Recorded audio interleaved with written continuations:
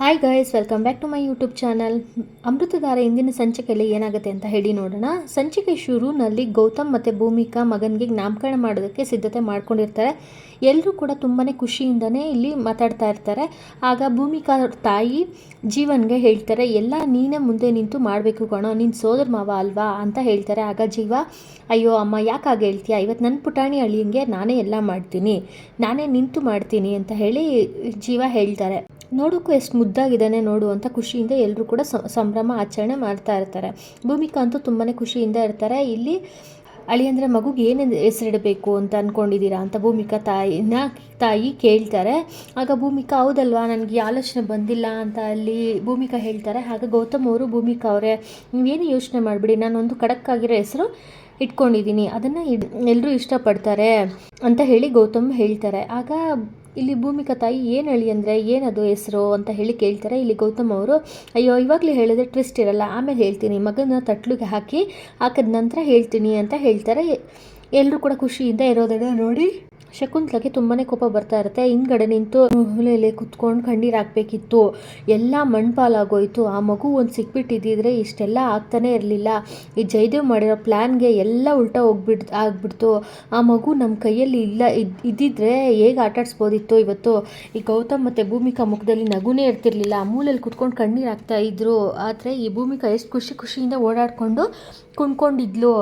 ಎಷ್ಟು ಕೋಪ ಬರ್ತಾ ಇದೆ ಅಂತ ಅಂದರೆ ಗೌತಮ್ಗೆ ಯಾಕೆ ಇಷ್ಟು ಟೆನ್ಷನ್ ಇಲ್ಲ ಅಂತ ಅಲ್ಲಿ ಶಕುಂತಲಾ ಅನ್ಕೊತಾ ಇರ್ತಾರೆ.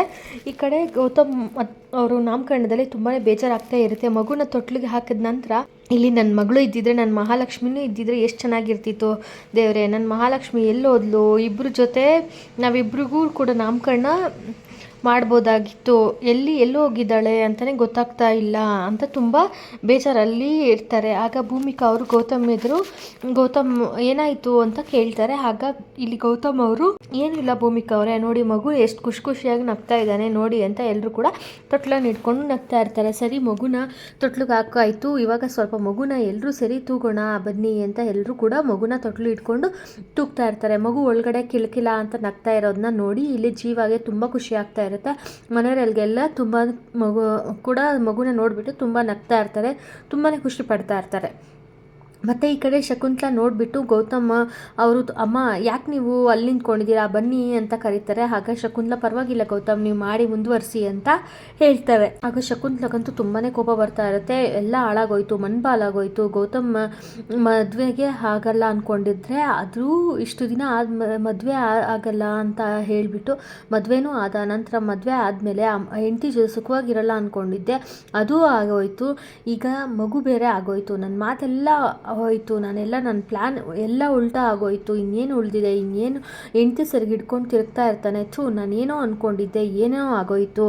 ಮದುವೆ ಆಗಿಲ್ಲ ಅಂತಂದರೆ ಈ ಆಸ್ತಿ ಎಲ್ಲ ನಮ್ಮದೇ ಆಗಿತ್ತು, ಎಲ್ಲ ಮಣ್ಪಾಲಾಗೋಯ್ತು. ಅದು ಅಲ್ಲದೆ ಈ ಜೈ ಮಾಡಿರೋ ಇನ್ನೊಂದು ಕೆಲಸನ ಮತ್ತೆ ಎಡವಟ್ಟಾಗೋಯ್ತು.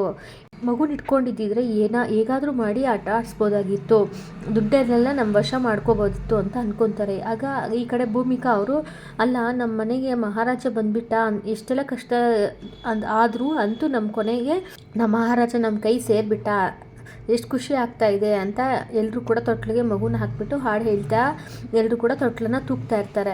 ಆಗ ಗೌತಮ್ಗೆ ತುಂಬಾ ಮನಸ್ಸಲ್ಲಿ ನೊಂದ್ಕೊಂಡಿರ್ತಾರೆ. ಇನ್ನೂ ನನ್ನ ಮಗಳು ಇದ್ದಿದ್ರೆ ಎಷ್ಟು ಚೆನ್ನಾಗಿರ್ತಿತ್ತು, ಇಬ್ರಿಗೂ ಸೇರಿ ತೊಟ್ಲು ಶಾಸ್ತ್ರ ಮಾಡ್ಬೋದಾಗಿತ್ತು ಅಂತ ಹೇಳಿ ಮನಸ್ಸಲ್ಲೇ ನೋವಿದ್ರು ಕೂಡ ಹೊರಗಡೆ ನಗ್ತಾ ಇರ್ತಾರೆ. ಈ ಕಡೆ ಇದ್ದಕ್ಕಿದ್ದ ಹಾಗೆ ಇಲ್ಲಿ ಸುಧಾ ಗಂಡ ಎಂಟ್ರಿ ಕೊಟ್ಟೇ ಬಿಡ್ತಾರೆ. ಆಗ ಎಲ್ಲರೂ ಕೂಡ ಶಾಕ್ ಆಗ್ತಾರೆ, ಯಾರಿವರು ಅಂತ. ಆಗ ಒಳಗಡೆ ಬಂದು, ನಮಸ್ಕಾರ, ನಾನು ಸುಧಾ ಗಂಡ ಅಂತ ಹೇಳ್ತಾರೆ. ಅದನ್ನು ಕೇಳಿಸ್ಕೊಂಡು ಮನೆಯವರೆಲ್ಲರೂ ಕೂಡ ತುಂಬಾ ಶಾಕ್ ಆಗ್ತಾರೆ. ಇಲ್ಲಿ ನಟರಾಜ್ ಅವರು, ಸುಧಾ ನೀನೇನು ನನ್ನ ಬಗ್ಗೆ ಹೇಳಿಲ್ವಾ, ನೋಡಿ ಇವರೆಲ್ಲ ನನ್ನ ಬಗ್ಗೆ ಕೇಳ್ತಾ ಇದ್ದಾರೆ, ನಾನು ಅಷ್ಟು ದೂರದಿಂದ ನಿನಗೋಸ್ಕರ ಬಂದಿದ್ದೆ ಸುಧಾ, ಯಾಕೆ ಸುಧಾ ನೀನು ನನ್ನ ಬಗ್ಗೆ ಹೇಳಲೇ ಇಲ್ಲ ನೀನು ಅಂತ ಇಲ್ಲಿ ನಟರಾಜ್ ಕೇಳ್ತಾರೆ. ಆಗ ಇಲ್ಲಿ ಸುಧಾ ಮಗಳ ಹತ್ರ ಬಾ ಪುಟ್ಟ ಅಂತ, ನಿನ್ನಪ್ಪ ಬಂದಿದ್ದೀನಿ ಅಂತ ಹೇಳ್ತಾರೆ. ಆಗ ಸುಧಾ ಮಗಳು ಅಲ್ಲೇ ಸುಧಾನ ಹಿಂದ್ಗಡೆ ಬಚ್ಚಿಟ್ಕೊಳ್ತಾಳೆ. ಅವಳಿಗೆ ಒಂದು ಸ್ವಲ್ಪ ನೋಡಿದರೆ ಇಷ್ಟನೇ ಆಗ್ತಾ ಇರಲ್ಲ, ಬಚ್ಚಿಟ್ಕೊತಾ ಇರ್ತಾರೆ. ಆಗ ಸುಧಾ, ನೀವು ಯಾಕೆ ಇಲ್ಲಿ ಬಂದಿದ್ರಿ ಅಂತ ಕೇಳ್ತಾರೆ. ಆಗ ಸುಧಾ ಗಂಡ, ಅಯ್ಯೋ ಯಾಕೆ ಈ ರೀತಿ ಮಾತಾಡ್ತಾ ಇದೆಯಾ ಸುಧಾ, ನಾನು ಅಷ್ಟು ದೂರದಿಂದ ನಿನಗೋಸ್ಕರ ಬಂದಿದ್ದೀನಿ ನಾನು ಅಂತ ಹೇಳ್ತಾರೆ. ಆಗ ಗೌತಮ್ ಅವರು, ಯಾರು ನೀವು ಸುಮ್ಮನೆ ಬಂದುಬಿಟ್ಟು ಸುಧಾ ಗಂಡ ಅಂತ ಅಂದರೆ ಹೇಗೆ ನಂಬ್ತಾರೆ ಅಂತ ಕೇಳ್ತಾರೆ. ಆಗ ಅಯ್ಯೋ ನೀವು ಈ ರೀತಿ ಮಾತಾಡಬೇಡಿ ಸರ್, ನಾನು ಸುಧಾ ಗಂಡ, ನಿಜವಾಗ್ಲೂ ನಾನು ತಪ್ಪು ಮಾಡಿಬಿಟ್ಟೆ, ಸುಧಾನ ಬಿಟ್ಟು ಹೋಗಿದ್ದು ಹೌದು, ಆದರೆ ಈಗ ನನಗೆ ಸುಧಾ ಬೇಕು, ನಾನು ಸುಧಾ ಇಲ್ಲದೆ ಬದುಕಲ್ಲ, ಸುಧಾನ ಕರ್ಕೊಂಡು ಹೋಗೋಕ್ಕೆ ಅಂತಲೇ ಬಂದಿದ್ದೀನಿ, ದಯವಿಟ್ಟು ಸುಧಾನ ನನ್ನ ಜೊತೆ ಕಳಿಸ್ಕೊಡಿ ಅಂತ ಇಲ್ಲಿ ನಟರಾಜ್ ಕೇಳ್ತಾರೆ.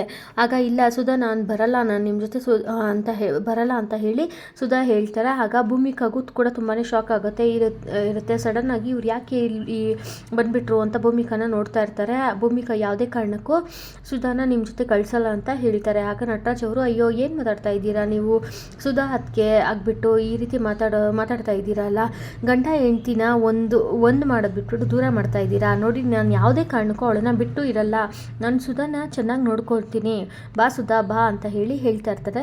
ನಾನು ಬರಲ್ಲ ಅಂತ, ನಾನು ಯಾವುದೇ ಕಾರಣಕ್ಕೂ ಬರಲ್ಲ, ನಿಮ್ಮ ಜೊತೆ ಬರಲ್ಲ, ಎಷ್ಟು ನನಗೆ ನೋವು ಕೊಟ್ಟಿದ್ದೀರಾ, ಈಗ ಖಂಡಿತವಾಗ್ಲೂ ನಾನು ನಿಮ್ಮ ಜೊತೆಗೆ ಬರಲ್ಲ ಅಂತ ಸುಧಾ ಹೇಳ್ತಾಳೆ. ಆಗ ಭಾಗ್ಯಮ್ಮಂಗೆ ತುಂಬಾ ಶಾಕ್ ಆಗ್ತಾ ಇರುತ್ತೆ. ಇವನು ಯಾಕೆ ಇಲ್ಲಿ ಮತ್ತೆ ಬಂದುಬಿಟ್ಟ ಅಂತ ತುಂಬಾ ಸಿಟ್ಟಿಂದ ನೋಡ್ತಾ ಇರ್ತಾರೆ.